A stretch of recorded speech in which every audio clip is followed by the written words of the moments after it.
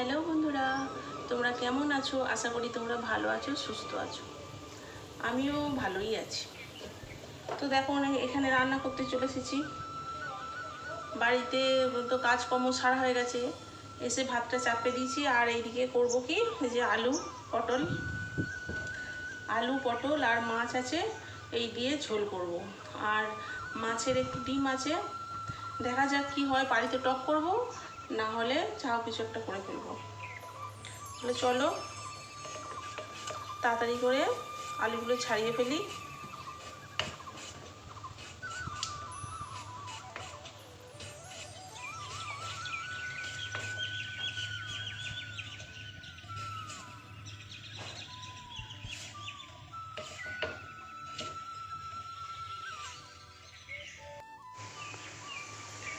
আর এইদিকে মাছ কটাও ভাজা হয়ে গেছে, আর পটলগুলোও ভেজে নিয়েছি। আর এদিকে মশলা পেঁয়াজ সব কুচিয়ে রেখেছি, মশলা বেটে রেখেছি। আর একটু মাছের ডিম ছিল, এটা করে রাখছি।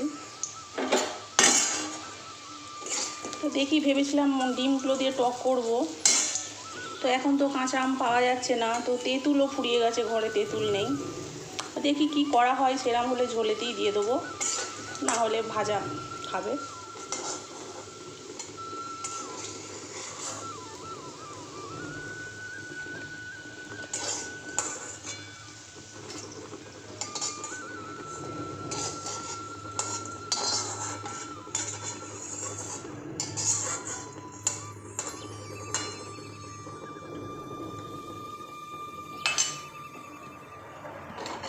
চলো এটা তার একটু তেল দিয়ে দিই।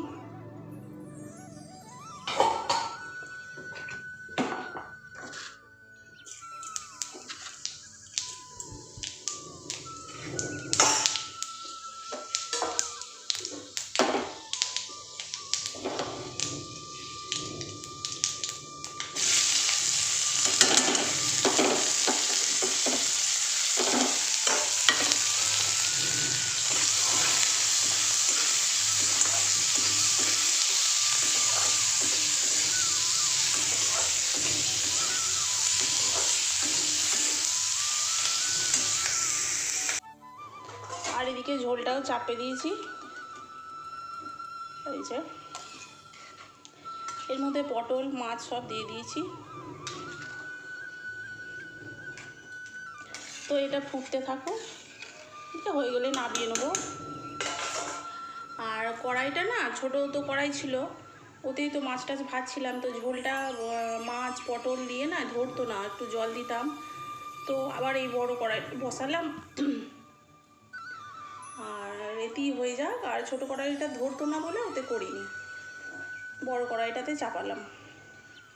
আর এইদিকে দেখো বাসন কোসন যেন কি হয়ে আছে। তো চলো এগুলো পরিষ্কার করে নিই, ধুয়ে মেজে সব ঠিকঠাক করে নিই। আর ঝোলটা ফুটুক, হয়ে গেলে নামিয়ে নেবো।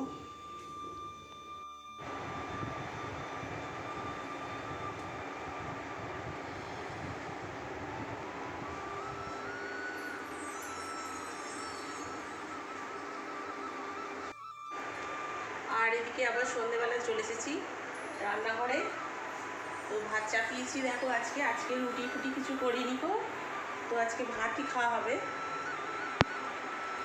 এই যে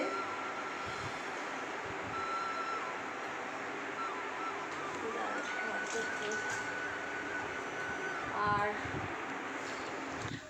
আর এইদিকে বাসন কোসনগুলো পড়ে আছে, তো গুছোনো হয়নি। দুপুর থেকে গুছোনো হয়নি, শুকিয়ে গেছে। তো ওইখানেই না বেড়ে গেছিলাম। তো এবার গুছিয়ে নেবো, তাকে রেখে দেবো। আর এদিকে ভাতও চাপে দিয়েছি, ভাতটা হোক। আর রাত্রে তো ভাতটাই খাওয়া হবে আজকে, রুটি ফুটি কিছু করিনি গো। আর ওবেলার তরকারি বলতে সেই মাছের ঝোল আছে রাখা আলাদা, বেশি করেই করেছিলাম। তো এটা খাওয়া হবে। তাহলে আমার প্রিয় বন্ধুরা, আমার ভিডিওটা যদি তোমাদের ভালো লেগে থাকে, তাহলে লাইক কমেন্ট আর শেয়ার করবে, আর অবশ্যই আমার পাশে থাকবে।